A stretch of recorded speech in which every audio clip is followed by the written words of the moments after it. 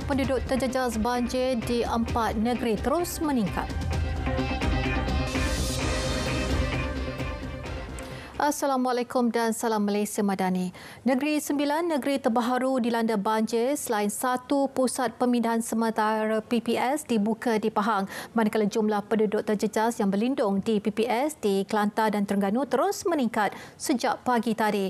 Dan di Negeri Sembilan, Sekretariat Pengurusan Bencana Daerah Seremban dalam kenyataan memaklumkan sebuah PPS dibuka di Sekolah Kebangsaan Sungai Macang Lengging susulan banjir kilat yang berlaku awal pagi tadi. 68 penduduk daripada 16 keluarga dari Kampung Celogeh, Kampung Batu 18 dan Kampung Sungai Jai ditempatkan di PPS berkenaan. Trend air sungai menunjukkan penurunan namun keadaan arus masih deras. Sementara itu, Pahang buka satu PPS di Jerantut menempatkan 75 orang daripada 19 keluarga. PPS yang dibuka sejak 9 pagi tadi di Sekolah Kebangsaan Felda Kota Gelanggi 1. Dan Sekretariat Jawatankuasa Pengurusan Bencana Negeri Pahang memaklumkan hujan lebat berterusan sejak semalam menyebabkan Sungai Siam melimpah hingga ke beberapa kediaman penduduk di Kota Selanggi 1.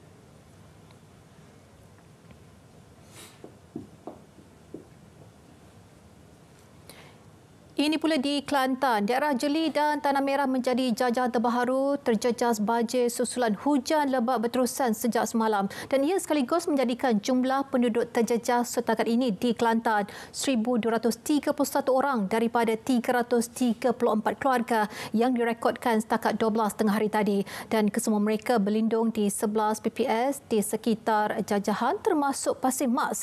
Di Jeli, 4 PPS dibuka pagi tadi menempatkan 477 orang daripada 122 keluarga selepas kediaman mereka dinaiki air. Sementara 2 PPS di Pasir Mas masih beroperasi bagi beri perlindungan kepada 670 orang daripada 185 keluarga. Selain itu, 4 sungai utama di Kelantan masih pada paras melebihi tahap bahaya dan ia membabitkan Sungai Lana, Sungai Pergau, Sungai Golok, Sungai Aring.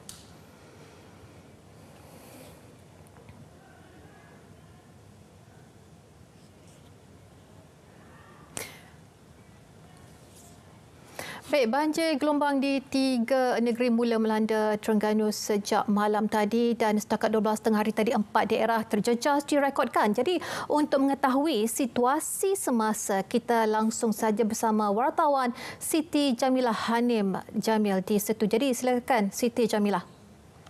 Ya, Miza, terima kasih untuk perkembangan terkini banjir di Terengganu. Sebenarnya penduduk mula dipindahkan ke PPS, itu paling awal dibuka di Dewan Wakaf Tapai, Dewan Sivik Wakaf Tapai di Marang sebenarnya, yang dibuka pada pukul 11 malam tadi dan di situ menempatkan 12 penduduk terjejas banjir.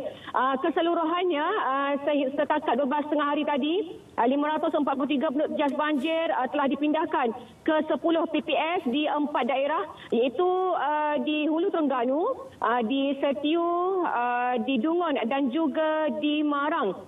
Kesemuanya 159 keluarga berlindung di 10 PPS berkenaan. Dan untuk makluman semua juga, di daerah Setiu ini, 2 PPS yang dibuka iaitu di Balai Raya Kampung Seladang dan juga di SK Kampung Besut. Namun kami tidak dapat ke lokasi berkenaan kerana laluan utama terputus. Ekoran ditenggelami air banjir melebihi 1 meter. Dan di daerah Hulu Terengganu pula, 3 PPS yang dibuka iaitu di Balai Raya Kampung Bukit Kolam, PPS Kampung Pegala Ajar dan PPSK Kampung Gunung Menerong yang sebenarnya lokasi pertama terjadinya banjir pada gelombang kedua baru-baru ini. Dan untuk keseluruhannya sebenarnya cuaca, Miza, hujan masih lagi turun di setengah tempat di hampir ke semua daerah sebenarnya dan dijangkakan penduduk terjejas banjir lebih ramai akan dipindahkan selepas ini. Ekoran paras air sungai juga yang menunjukkan tren menaik di paras-paras utama, sungai-sungai utama di daerah-daerah yang telah saya nyatakan sebentar tadi. Dan keseluruhannya proses pemindahan Tugas banjir berjalan lancar dengan kerjasama pelbagai agensi, antaranya Angkatan Pertahanan Awam Malaysia APM, Angkatan Tentera Malaysia ATM, Jawatan Bomba dan Penyemat Malaysia JBPM, Rela dan juga pelbagai lagi agensi yang turut membantu sebenarnya memindahkan penduduk terjejas banjir. Miza, untuk berita tengah hari ini saja yang dapat saya kongsikan dahulu, dan perkembangan semasa akan saya bawakan lagi dalam berita wilayah petang ini. Miza, kembali pada anda, silakan. Sementara itu, Malaysia mengeluarkan amaran ribut petir di beberapa kawasan melibatkan 8 negeri semenanjung petang ini, iaitu Selangor, Kuala Lumpur, Putrajaya, Perlis, Kedah, Negeri Sembilan, Melaka dan Johor. Turut diramal ribut petir di 1-2 tempat di Pulau Pinang dan kawasan pedalaman di Perak. Amaran sama juga membabitkan 3 daerah di Sabah dan 9 daerah di Sarawak. 4 usul akan dibahaskan pada Konvensyen Nasional Parti Amanah Negara Amanah 2023 yang berlangsung hari kedua di Klang, dan ia melibatkan budaya takfiri dan fitnah, persempadanan semula kawasan pilihan raya, solidariti bersama Palestin dan rang undang-undang pekerja sosial.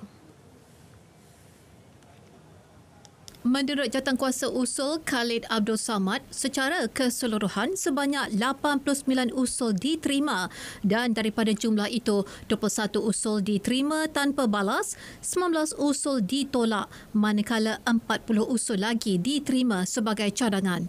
Konvensyen berlangsung sejak semalam itu turut memfokuskan pemilihan Jawatankuasa Pimpinan Nasional Amanah sesi 2023-2026.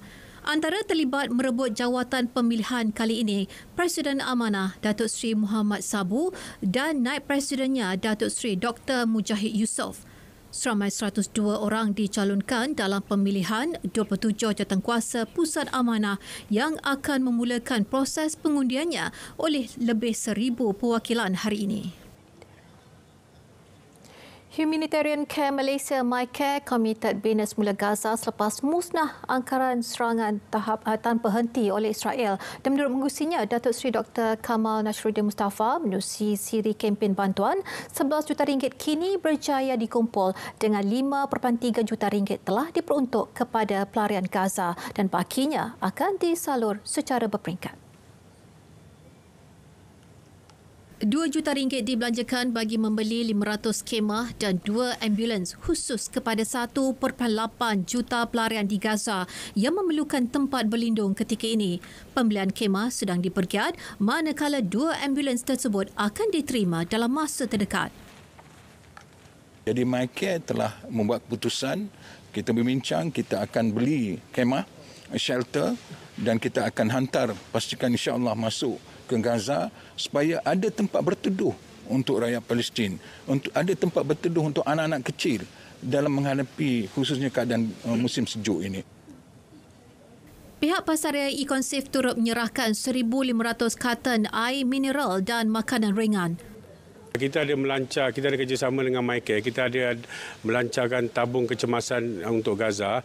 Alhamdulillah kita tengok belum sampai 2 bulan, kami dah berjaya mengutip 350,000 dan ianya telah disalurkan kepada MyCare. Ini merupakan penghantaran langsung daripada Mesir.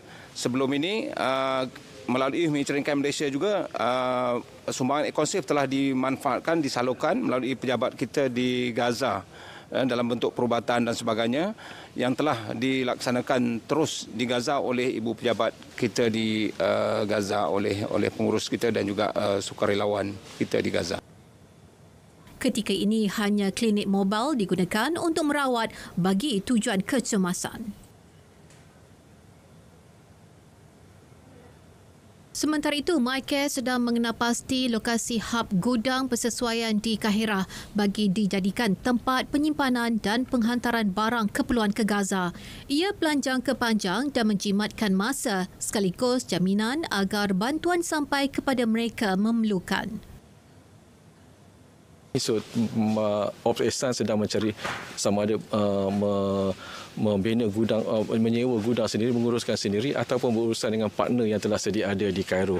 So, itu antara benda-benda yang sedang direview, dikaji oleh tim Ops Ehsan sama ada kita, because barangan di sini boleh dicari. Cost of menghantar tu is too expensive. Kan, tapi longer term insya-Allah kita akan cuba cari warehouse di sini untuk buat packaging di sini dan penghantaran terus dari sini. 2 nelayan warga Myanmar ditahan Agensi Penguasaan Maritim Malaysia Kuala Kurau selepas gagal mengemukakan dokumen pengenalan diri yang sah. Penahanan dilakukan di kedudukan 9.7 Batu Nautika Barat Daya, Pulau Sanggar Besar, Perak, Jumaat lalu. Pengarah Zon Maritim Kuala Kurau, Komander Maritim Muhammad Najhan Azman Hamid menerusi kenyataan berkata, bot dinaiki 2 nelayan itu ditahan ketika operasi di perairan Kerian dan Larut Matang. Hasil pemeriksaan mendapati bot terbabit tidak diusahakan sendiri oleh pemiliknya selain tiada kebenaran menggaji kru warga asing. Kesemua nelayan, bot dan peralatan menangkap ikan ditahan dan dibawa ke JT Zon Maritim Kuala Kurau untuk tindakan lanjut. Kes disiasat di bawah Seksyen 6-1-C Akta Immigration 1959 Palang 63 dan Seksyen 8-B Akta Perikanan 1985. Pengarah teater Mek Mulong Saipul Bahari Muhammad Iman meninggal dunia malam tadi di sebuah pusat perubatan di Alustar dipercayai akibat serangan jantung. Berita itu dimaklumkan Abang Allahyarham Muhammad Rizwan Muhammad Iman menerusi hantaran Facebook. Katanya Saipul Bahari disahkan meninggal dunia selepas dibawa mendapatkan rawatan di hospital. Jenazah dibawa pulang ke rumah mertua Allahyarham di Lorong Seri Hujung Alustar lewat malam tadi. Jenazah dijangka dibawa ke Masjid Dergah untuk disolatkan dan dikebumikan selepas solat Zuhur di Tanah Perkuburan Islam Taman Uda. Allahyarham meninggalkan seorang isteri dan 5 orang anak. Pelaburan tinggi pulangan berganda itu respon daripada seorang pengguna yang telah berbelanja lebih RM50,000 bagi memasang sistem solar di kediamannya. Abdul Muttalib Muhammad Ali berkata kepentingan kajian berkenaan sistem solar ini amat perlu sebelum digunakan di kediaman. Beliau yang juga merupakan jurutera memasang sendiri sistem solar jenis hybrid di kediamannya sejak tahun 2019. Kadang-kadang bergantung pada cahaya matahari lah. Kadang-kadang sehingga tak perlu bayar negatif dan ada masanya kalau musim hujan performance solar tak berapa baik sangat, kita kena bayar. Every sebulan penggunaan dalam RM600-700. Kalau kita pakai solar, insyaAllah lah bil kita dalam RM80-70. Sistem solar jenis hybrid ini menggunakan inverter dan bateri hybrid khas untuk menyimpan tenaga. Kediaman yang menggunakan sistem jenis ini akan mempunyai bekalan elektrik seperti biasa walaupun ketika berlakunya gangguan elektrik.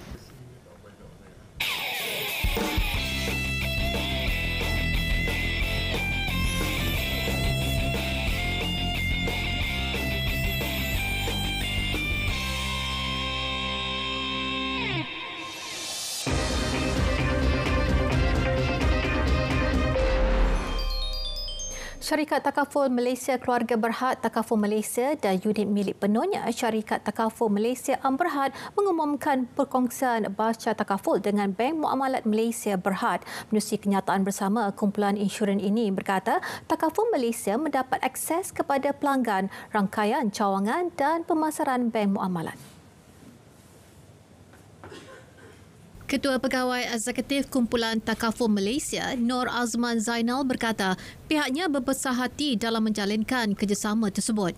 Ia mencerminkan komitmen kedua pihak bekerjasama melalui gabungan kepakaran dalam menawarkan penyelesaian keuangan.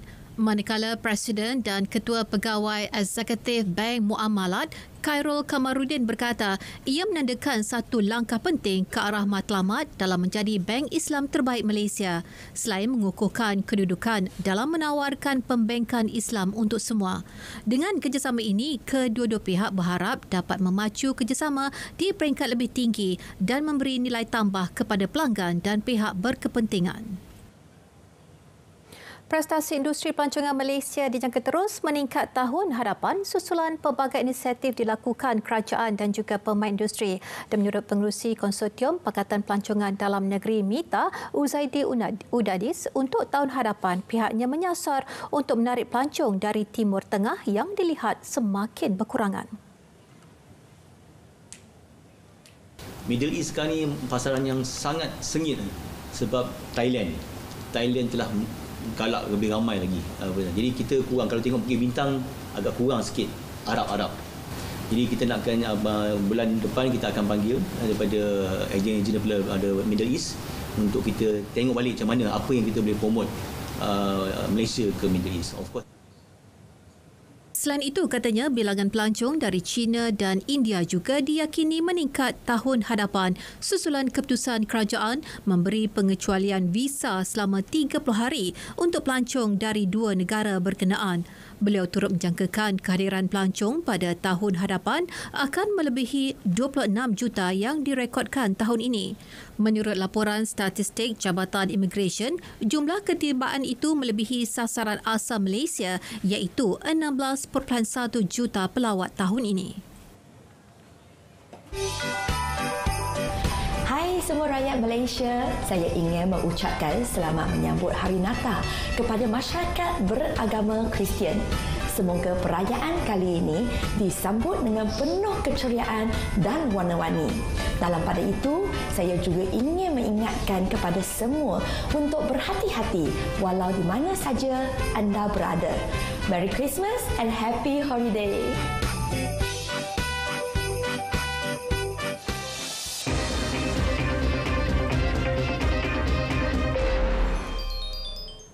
Dalam tempoh lebih 70 hari konflik Palestin-Israel yang bermula sejak 7 Oktober lalu, seramai 136 kaki tangan Pertubuhan Bangsa Bersatu PBB telah terkorban di Gaza. Susulan itu, Setiausaha Agung PBB Antonio Guterres memberi penghormatan kepada kesemua mangsa korban berkenaan. Menurut beliau, ia sesuatu yang tidak pernah dilihat dalam sejarah PBB. Guterres juga sekali lagi mengkritik tindakan rejim Zionis dalam konflik itu. Tegasnya, tindakan Israel mewujudkan halangan besar kepada misi pengagihan bantuan kemanusiaan di Gaza. Untuk membawa bantuan kemanusiaan ke Gaza dengan berkesan, beliau berkata kaki tangannya perlu bekerja dalam persekitaran yang selamat. Selepas ditunda beberapa kali, Majlis Keselamatan PBB pada Jumaat meluluskan resolusi menggesa peningkatan bantuan kemanusiaan bagi 2 juta orang awam yang memerlukan di Gaza. Dalam pada itu, angka kematian rakyat Palestin kini mencecah 20,258 orang, manakala 53,688 lagi cedera. Serangan rejim Zionis dalam tempoh 24 jam lalu telah mengorbankan 201 rakyat Palestin dan mencederakan 368 yang lain. Israel sebelum ini berikrar meningkatkan serangan dalam usaha menguasai sepenuhnya utara Gaza. Susulan serangan berterusan tentera Israel juga, pasukan perubatan di Gaza tidak menang tangan dalam mengendalikan mangsa yang cedera. Di Jabalia, petugas perubatan bertungkus lumus merawat mangsa yang cedera termasuk kanak-kanak. Jabalia merupakan kamp pelarian terbesar di Gaza. Dengan peningkatan jumlah penduduk yang cedera, kamp berkenaan kini semakin sesak. Lebih memeritkan, kamp berkenaan turut mengalami kekurangan petugas dan bekalan perubatan. Kamp berkenaan menjadi sasaran bedilan berterusan rejim Zionis termasuk menerusi serangan kereta kebal. Mahkamah Persekutuan Amerika Syarikat pada Jumaat memutuskan syarikat media sosial Twitter yang kini dijenamakan sebagai X telah melanggar kontrak dan ia berikutan kegagalan membayar bonus prestasi tahunan yang dijanjikan secara lisan kepada pekerjanya. Saman difailkan pada Jun lalu oleh seorang bekas pengarah kanannya. Beliau mendakwa syarikat media sosial itu menjanjikan bonus prestasi 2022 kepada pekerja yang mungkin akan dibayar pada suku pertama tahun ini. Mahkamah menolak cubaan Twitter untuk mengetepikan kes berkenaan. Pihaknya memutuskan bahawa tuntutan berhubung pelanggaran kontrak di bawah Undang-Undang California adalah sah. Bagaimanapun, platform media sosial itu yang kini dikenali sebagai X masih boleh merayu keputusan mahkamah tersebut. Negeri Karnataka di selatan India memutuskan untuk membatalkan larangan memakai tudung di dalam premis pendidikan dan arahan itu dikeluarkan Ketua Menteri Siddharamaiah. Menurut The Press Trust of India, larangan memakai tudung ditarik balik bermula semalam di negeri yang diperintah Parti Kongres Kebangsaan India itu. Isu larangan berhijab bermula pada Januari lalu apabila pelajar perempuan Islam dihalang daripada memasuki kelas di sebuah kolej kerajaan di daerah Udupi kerana memakai tudung. Para pelajar kemudian merayu di Mahkamah Tinggi Karnataka yang mengekalkan larangan terbabit. Pada Oktober 2023, Mahkamah Agung India mengeluarkan keputusan sebaliknya mengenai larangan yang dikenakan oleh institusi pendidikan di dalam premisnya di negeri Karnataka.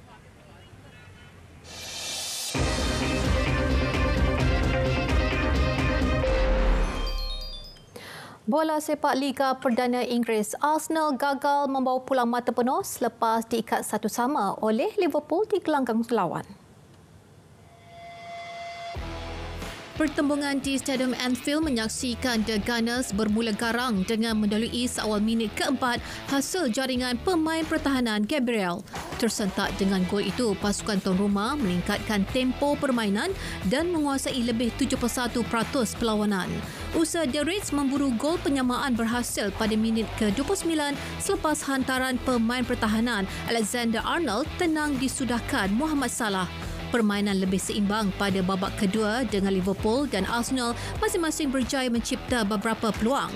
Namun ketumpulan penyudah menyaksikan kedua-dua pasukan terpaksa berpuas hati sekadar membawa pulang satu mata. Arsenal masih kekal memimpin Liga selepas mengumpul 40 mata, manakala Liverpool berada di tempat kedua ketinggalan satu mata. Sementara itu, pasukan bawahan Liga Luton Town mencatat kemenangan mengejutkan ke atas Newcastle United di laman sendiri. Gol tunggal skuad kendalian Rob Edwards hadir pada minit ke-25 menerusi jaringan Andros Townsend. Meskipun cuba bangkit dan berjaya menguasai permainan, namun The Magpies terus buntu untuk merobek gawang Luton bagi mencari gol penyamaan. Keputusan 1-0 kekal hingga tamat perlawanan. Kemenangan meletakkan Luton hanya 2 mata untuk keluar dari zon penyingkiran. Sementara Newcastle kini berada di kedudukan ke-7 dengan mengumpul 29 mata. Dan berikut keputusan lain-lain perlawanan.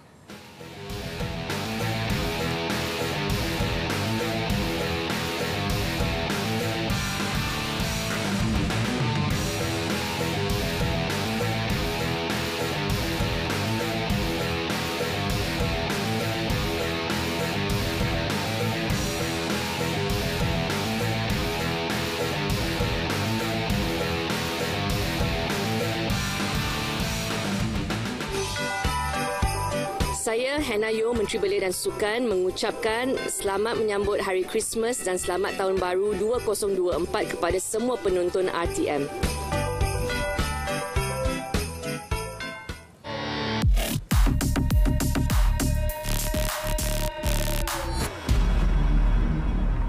Ashabul Kahfi itu orang beriman, orang mukmin. Dia kata kafir, Kristian. Kristian itu agama baru, kafir laknatullah. Mengkafirkan pemuda Ashabul Kahfi. Sesat tak? Kalau orang percaya ke dia, sesat tak? Ini yang dikatakan pemimpin-pemimpin jahil yang nak menunjuk pandai. Tular petikan ceramah seorang pendakwah bebas mendakwa Perdana Menteri terkilaf dengan mendakwa pemuda Ashabul Kahfi merupakan penganut Kristian. Semakan pasukan Dia Betul mendapati komen yang diberi adalah tidak benar dan ia diambil dari luar konteks. Menteri Agama yang kesal dengan kenyataan sedemikian menyifatkan tuduhan penceramah terbabit sebagai keterlaluan dan dibuat tanpa usul periksa. Ini kerana kenyataan dibuat Perdana Menteri adalah selari dengan penjelasan Pejabat Mufti Wilayah Persekutuan bersandarkan hadis sahih. Tindakan penceramah itu turut dikecam Yayasan Dakwah Islamiah Malaysia YADIM. Tegas yayasan itu, perbuatan sedemikian hanya akan mencetuskan fenomena takfiri sesama umat. Malah, kenyataan senada berkaitan agama pemuda Ashabul Kahfi pernah diutarakan penceramah sama 5 tahun lalu.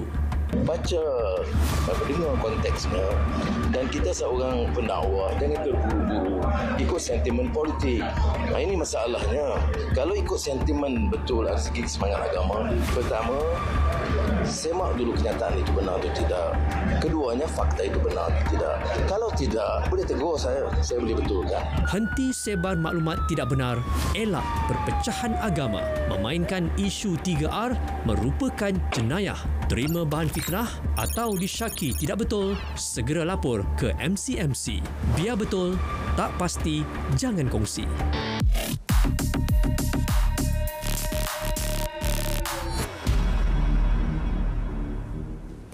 Paparan itu mengakhiri berita tengah hari dari Sungai Kesegara Palestin pasti merdeka. Itu Assalamualaikum.